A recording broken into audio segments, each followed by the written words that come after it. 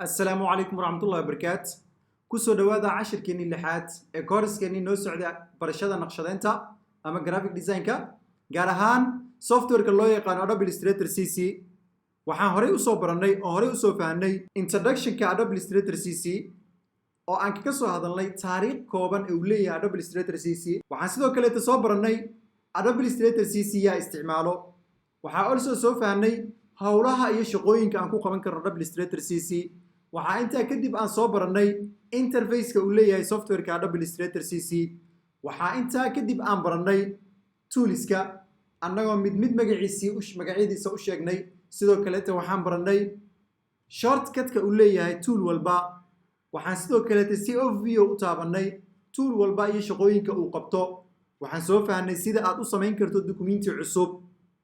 waxaan soo baranay oo mid u soo fahanay marka aad abuurayso documenti cusub dialog box-ka kula hadli doono option walba iyo waxa uu u taagan yahay waxaan sidoo kale soo fahanay color spaces-ka markastoo aad design samaynayso maadaama aan inta soo baranay waxaan maanta diyaar u nahay in aan documenti lagu sameeyo Adobe Illustrator CC wax ka bedeli karno sidoo kale tane aan save gareyn karno waxaan cashirkan ku baran doonaa sida aan modification ugu sameyn karno documenti sida aan color-ka wax uga bedeli karno sida aan text ama qoraal meel yaalla u bedeli karno waxaan sidoo kale baran doonaa sida aan waxyaabaha bedelka aan sameynay u save gareyn karno waxaan insha Allah isla fahmi doonaa formatska iyo extensionska aad ka wanaagsan in la isticmaalo marka aad ku shaqeynayso Adobe Illustrator CC waxaa hadda horteena yaallo documenti aan u sameynay si aan ugu practice gareyno cashirkeena si aan documentigan ugu sameyno wax ka bedel ugu sameyno waxaan dooranaynaa direct selection toolka oo ah fallaartan cadaanta ah documentigan hadda waxa ku jira mask waxa uu yahay cashir ku fahmi doontaa insha Allah mask wax kale ma ahan waa documentiga waxyaabaha extra-ga inaan iska qarino oo aan mask gelino sida aad magaciisa ka fahmayso mask waa in shay kale lagu qariyaa waxaan doonaynaa inaan bedelno midabkan bluega si aan u bedelno waxaan direct selection-ka intaan tagnaa waxaan kili ku dhaynaa midabka bluega aan doonayna inaan bedelno haddii hadda aan meeshan kili ku dhaano wax midabaa nooguma jiraan si simple ah waxaad tagtaa swatchkaaga kadibna waxaad furtaa swatch library menuga kadibna waxaad doorataa color book kadibna waxaad noo doortaa midabada meeshan noogu jiro tusaale ahaan Pantone CMYK coated oo kaleeta noo door waxaan noo soo baxay midabo tiro badan midabada noo soo baxay ayaan waxaan ka dhiganaynaa mid ka mida tusaale ahaan waxaan qaadanaynaa midab aan kan hadda aan haysana ka ag fogeyn oo ah like this green oo kaleete cagaar noocaas oo kaleeta ah waxaan doonaynaa haddana inaan bedelno midabkan bluega ah midabkan bluega si aan u bedelno mar kaleeta waxaan tegaynaa direct selection toolka waxaan kili ku dhahaynaa midabka aan doonayna inaan bedelno hadda waxa uu noo dooray qaybtan isku xiran si aan wax allaale wixii blueg oo dhan u bedelno waxaan sameynaynaa waxaan tegaynaa selection menu waxaan kasii tegaynaa same fill color oo macnaheedu uu yahay dooro waxyaabaha isku midka ah waxyaabaha fiilkooda uu isku midka yahay dooro optionno kale yaallo fiil and stroke isla dooran kartaa fiilka dooran kartaa soo marka hadda waxaan dooranaynaa waxyaabaha isku midabka ah ee bluega ah kuwaas ayaan wada dooranaynaa one time si aan hal mar u wada bedelno markii inta aan dooranno midabka hadda aan qaadanay ee gadaal yaallo waa dark green maxaa ku soo bixi karo waxyaabaha ku soo bixi karo waxaa ka mid ah light green waxaa ka mid ah yellow oo light ah midab light ah inaan qaadano waaye tusaale ahaan waxaan qaadanaynaa midabkan yellowga ah midabkan yellowga markaan qaadanay hal problem aan qabsaday problemkaas oo ah white-kan iyo yellowga xogaa aaday isku cunayaan ama aaday isku dilayaan waxaan dooranaynaa midab aan xogaa ka ag fogeyn laakiin qaadan kara yellowgeena qaadan karo color selection-ka iyo issue-giisa insha Allah cashir aan ku qaadan doonaa hadduu ilaa yidhaahdo sida midabada loo xusho iyo color philosophy-ga soo hadda waxaan sameynay documentigeennii waxaan ka bedelnay midabka waxaan ka bedelnay also colorkan wax ka bedelnay waxaan sidoo kale bixinaynaa frame-kan white-ka ah oo hadda aan moodid inuusan waxba noo qabanaynin intaa kadib marka aan isbedelada aan sameynay automatic waxaa arki doontaa marka hal isbedel samaysid documentigaaga barta u dambeysa waliba formatka uu kugu save garaysay ama extensionka uu wato horteeda waxaa ka arki doontaa haddii isbeddelba aad samaysid astrigas waxa uu tilmaamayaa documentigan waxa uu qabaa isbeddel ayaa lagu sameeyey isbeddelkaas oo aan la save garaynin ee doonayo in la save gareeyo documentigan si aan u save garayno marka waxaan tegaynaa file menu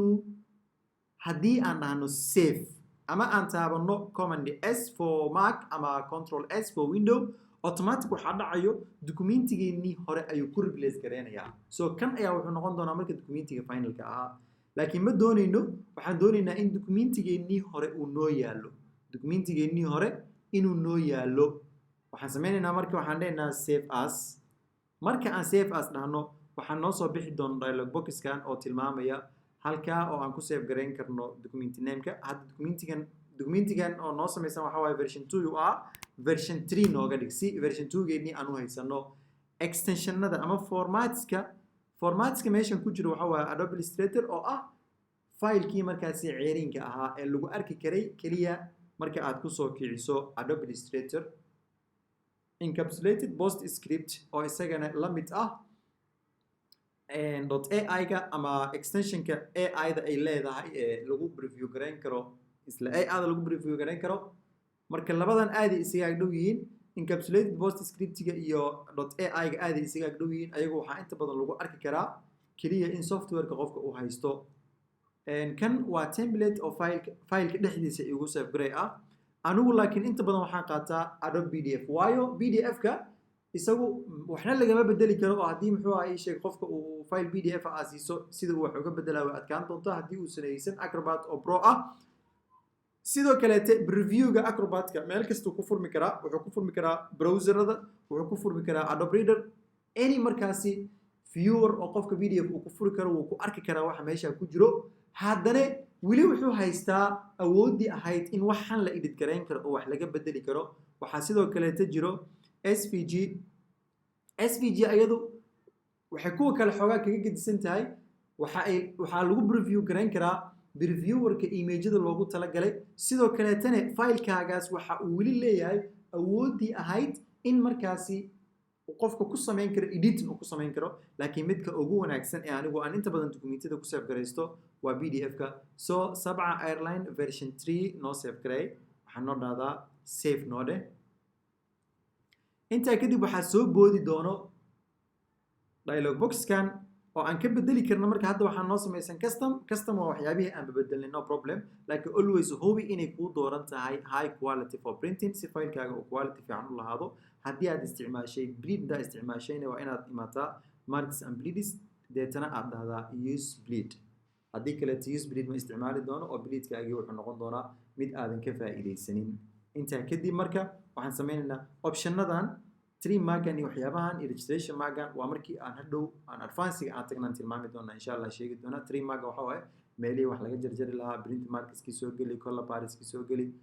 so for now marka hadda kuwaan aan ka soconno waxaan geli doonaa insha Allah qaybteena advanceka ayaan geli doonaa oo inta badan ayagu waxaa ku shaqayn doona dadka markaasi madbacadaha ama operatorska ay la shaqayn doonaan kuwa ayaga ah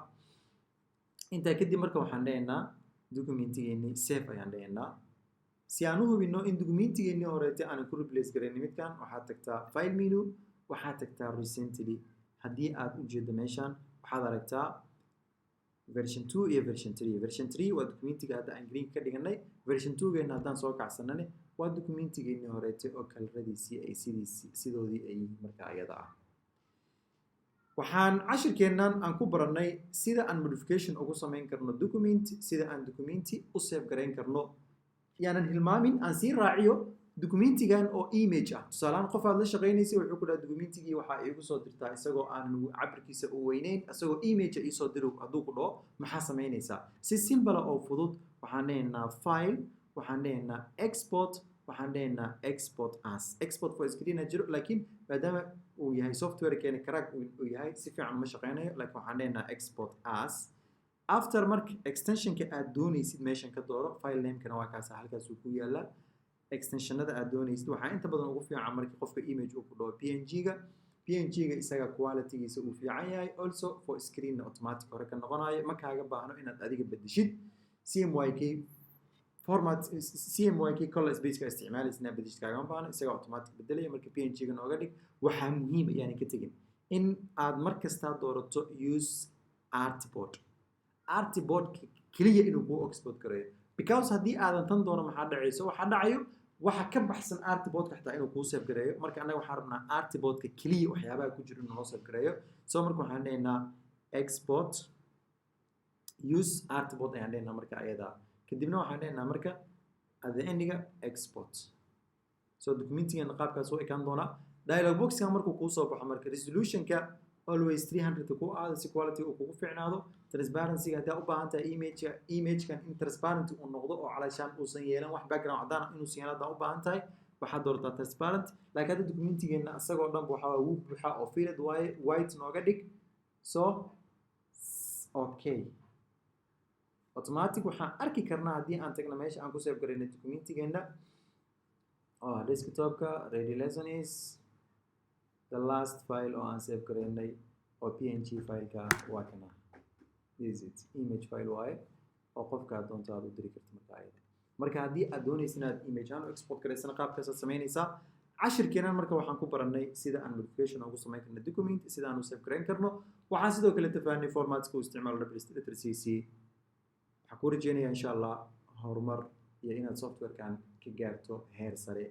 annagoo step by step talaab by talaab u sharxi doona insha Allah si waxa ay u noqdaan wax academic ah annagoo aan boodbood samaynin aad u mahadsantahay soo dhawow thank you